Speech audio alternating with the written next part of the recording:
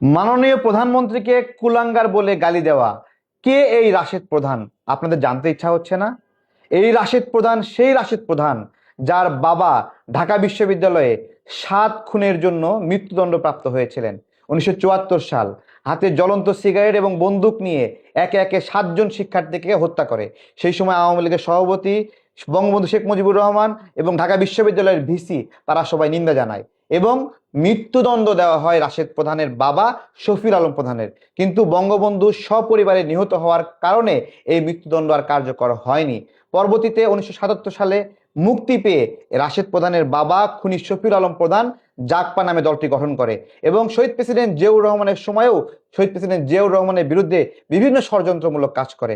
কথিত আছে ভারতের কাছ থেকে টাকা নিয়ে ভারতের বিরুদ্ধে আগ্রাসন বিরোধী প্রোগ্রাম দিত এই রাশেদ প্রধান। আর একটা কাজ ছিল, আর একটা কারণ ছিল এর, তিনি যে একজন খুনি এবং এই খুনিকে সমাজের কেউ গ্রহণ করছিল না। সেই পর্যায়ে তার এই খুনের দায় ঢাকার জন্য বারবার ভারতের বিরুদ্ধে বিভিন্ন প্রোগ্রাম দিচ্ছিল। সেই সেই শফিউল আলম প্রধানের সন্তান হলো রাশেদ প্রধান। 12 দলীয় জোটে তাকে জায়গা দেওয়া হয়েছিল। সে 12 দলীয় জোটে থেকে তিনি 12 দলীয় জোট ভাঙার জন্য একাধিকবার ষড়যন্ত্র করেছেন এবং পরবর্তীতে এই ষড়যন্ত্রের জন্য একবার বের করে দেওয়া হয়। আমরা জানি, আমরা সবাই শুনেছি, আপনারাও জানেন এটা, যে এই 12 দলীয় জোটের সমন্বয়ককে গ্রেপ্তার করেছিল রাশেদ প্রধান এবং গ্রেপ্তার করিয়ে নিজেই সমন্বয়ক বনে গিয়েছিল। পরবর্তীতে যিনি মূল সমন্বয়ক তিনি সেখান থেকে বের হওয়ার পরেও সেই দায়িত্ব ছাড়ছিল না। পরবর্তীতে রাশেদ প্রধানকেই এই 12 দলীয় জোট থেকে বের করে দেওয়া হয় এবং সেই সময় জাগপা 2 ভাগে ভাগ হয়ে যায়। একটা হলো এই শফিউল আলম প্রধানের পরিবারের জাগপা, আর একটা জাগপার অন্যান্য সদস্যদের জাগপা। এবং শফিউল আলম প্রধানের এই জাগপাতে দেখেন অদ্ভুত, তার বোনকে বানিয়েছে সভাপতি, আর তিনি হলো সহসভাপতি এবং মুখপাত্র। এই ভাই এবং বোন মিলে একটা সংগঠন, যাদের কোনো নেতা কর্মীও নাই। তারা সকাল বিকাল মাননীয় প্রধানমন্ত্রীকে কুলাঙ্গার বলছে জামাতের সঙ্গে। অবশ্য একজন বীর মুক্তিযোদ্ধার সন্তানকে কুলাঙ্গার বলছে একটা খুনির সন্তান, এর ইতিহাস জানতে হবে। আমাদের 1971 সালে যুদ্ধের সময় রাজাকাররা আমাদের মুক্তিযোদ্ধাদেরকে কিন্তু এভাবে কুলাঙ্গার বলতো, জারজ বলতো এবং ভারতের দালাল বলতো।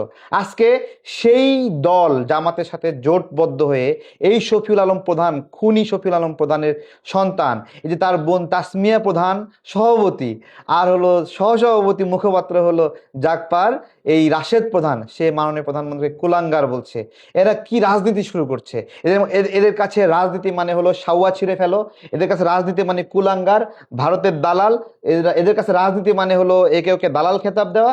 এবং এই যে এদের আরেকটা নারী নেত্রী ছিল, হ্যাঁ, এই যে এই রাশেদ প্রধানদের মতোই নির্লজ্জ এবং চরিত্রহীন, হ্যাঁ, এবং খুনিদের উত্তরসারী সাউদা বিবি, সেও তো একই কাজ করেছে।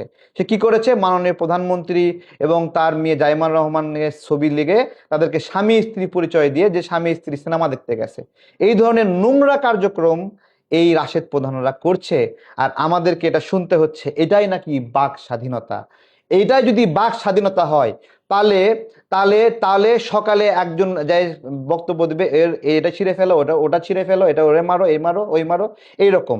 আর যদি সেখানে যদি তাদের জবাব দিতে আওতায় নিয়ে আসেন, তাহলে বলবেন যে এটা এই যে গণতন্ত্র, হাই হাই চলে গেল, গণতন্ত্র চলে গেল, হ্যাঁ, বাক স্বাধীনতা চলে গেল। কিন্তু বাক স্বাধীনতা মানে হলো পিতা আর কন্যাকে স্বামী স্ত্রী বলা না। বাক স্বাধীনতা মানে একজন বীর মুক্তিযোদ্ধা স্বাধীনতার ঘোষকের সন্তানকে কুলাঙ্গার বলা না। এই বাক স্বাধীনতার ফাঁসি চাই আমরা। এই বাক স্বাধীনতার নাম বাক স্বাধীনতা। ঢাকা বিশ্ববিদ্যালয়ের শিক্ষার্থীদের হত্যার সঙ্গে অভিযুক্ত 7 জনকে হত্যার সঙ্গে অভিযুক্ত শফিউল আলম প্রধান, তার ছেলে তো সমাজে মুখ দেখানোর কথা না, সে এখন বুক উঁচু করে চলছে। আর একটা দেশের নির্বাচিত সরকারের প্রধানমন্ত্রী, সদ্য নির্বাচিত জনগণের দেওয়া ভোটে নির্বাচিত প্রধানমন্ত্রীকে এখন পর্যন্ত তারেক রহমানের কি কি ভুল আপনারা পেয়েছেন?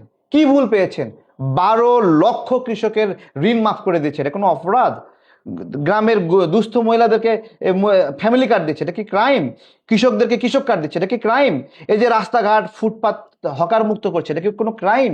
তার কোন চেষ্টা এখন পর্যন্ত বাংলাদেশ বিরোধী মনে হয়েছে, যেই কারণে রাশেদ প্রধানের মতো খুনির সন্তানরা, শফিউল আলম প্রধান খুনি শফিউল আলম প্রধানের সন্তানরা আজকে মাননীয় প্রধানমন্ত্রীকে কুলাঙ্গার বলছে? কি অপরাধে? তার কোন কোন কাজ এখন পর্যন্ত আমাদের খারাপ মনে হয়েছে? এখন পর্যন্ত যেখানে চাঁদাবাজি হয়েছে সঙ্গে সঙ্গে গ্রেপ্তার করা হয়েছে, যেখানে খুন হয়েছে খুনিকে গ্রেপ্তার করা হয়েছে। কোন জায়গায় অন্যায়কে প্রশ্রয় দিয়েছেন, যেই কারণে বীর মুক্তিযোদ্ধা স্বাধীনতার ঘোষকের সন্তানকে কুলাঙ্গার বলছে একটা খুনির ছেলে? এটার জবাব আমরা সরকারের কাছে চাই।